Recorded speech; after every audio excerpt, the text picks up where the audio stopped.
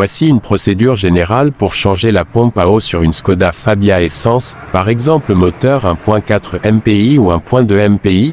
C'est une opération mécanique assez complexe qui nécessite des outils, du temps et des connaissances en mécanique auto.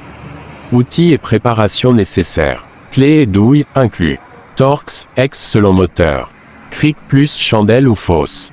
Clé dynamométrique. Bac pour récupérer le liquide de refroidissement. Nouveau joint de pompe à eau, éventuellement kit courroie de distribution si elle est retirée. Étape principale, moteur essence courant. 1. Sécurité esperluette accès. 1. Stationner sur une surface plane, moteur froid. 2. Déconnecter la batterie. 3. Lever l'avant de la voiture si nécessaire et sécuriser avec chandelle. 2. Vidanger le liquide de refroidissement. Ouvrir le bouchon du vase d'expansion. Dévisser le robinet de vidange ou déconnecter un tuyau bas pour récupérer le liquide. 3. Retirer les protections et courroies. Enlever le carter de protection sous le moteur.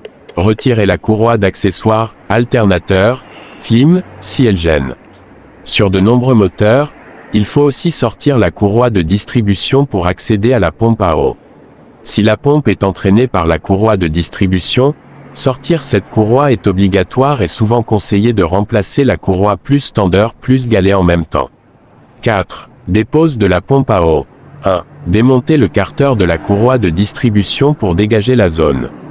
2. Dévisser les fixations de la pompe à eau. 3. Retirer délicatement la pompe.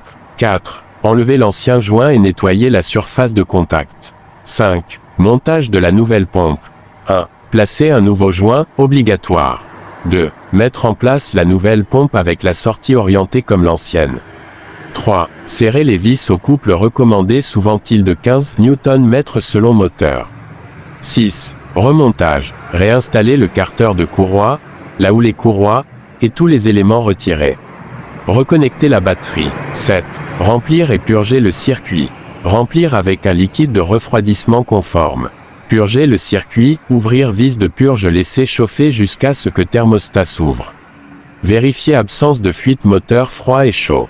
Conseil important, changer la courroie de distribution en même temps si la pompe est entraînée par elle, cela évite de remonter une distribution neuve sur une pompe usagée.